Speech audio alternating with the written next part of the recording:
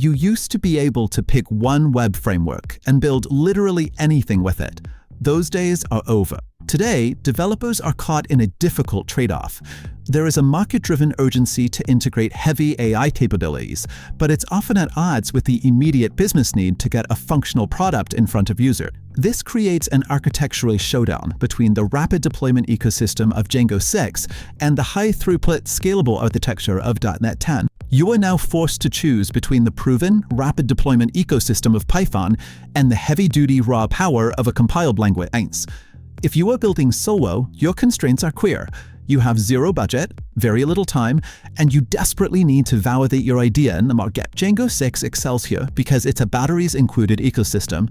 It provides the ORM, the authentication system, and the admin interface immediately, so you aren't spending your first week just configuration hunting. Integrating htmx eliminates a separate React layer, bypassing that secondary step to serve interface updates directly from the server. It handles asynchronous background tasks efficiently while keeping your main app responsive to user. Wire up the core database on Tuesday and have a fully functioning end-to-end feature deployed by Friday. The entire Django 6 ecosystem is engineered to get a working SaaS product out of your editor and in front of paying customers faster than almost any other stack available. Using this stack, a developer can move from a blank repository to a functional prototype with a working database, user accounts, and background workers in a fraction of the time that would take to stitch together a decoupled architecture.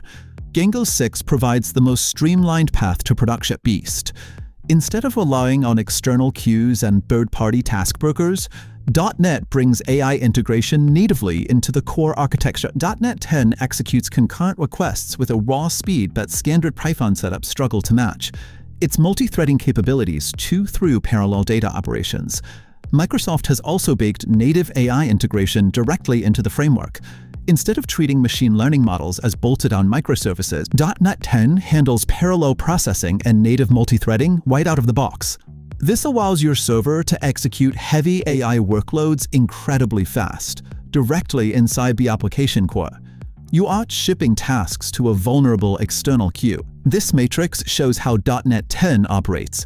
As a compiled language, it executes thousands of simultaneous data points across independent channels for massive throughput. The choice isn't about which one is better, but about which bottleneck you are equipped to handle. This chart maps effort against scale.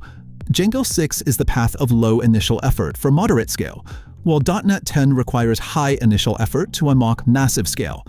If you are an indie hacker, Django is usually the right call.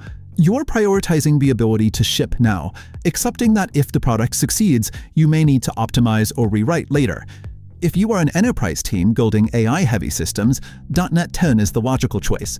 You are choosing to do the heavy upfront engineering now to ensure your system survives the load later. Benchmark members are only relevant when they align with your team's size, your budget, and your actual technical requirements. Your framework should reflect the reality of your business today, not the hypothetical scale of a project 3 years from now. Look at your resources, choose your bottleneck carefully, and build for the constraints you actually have.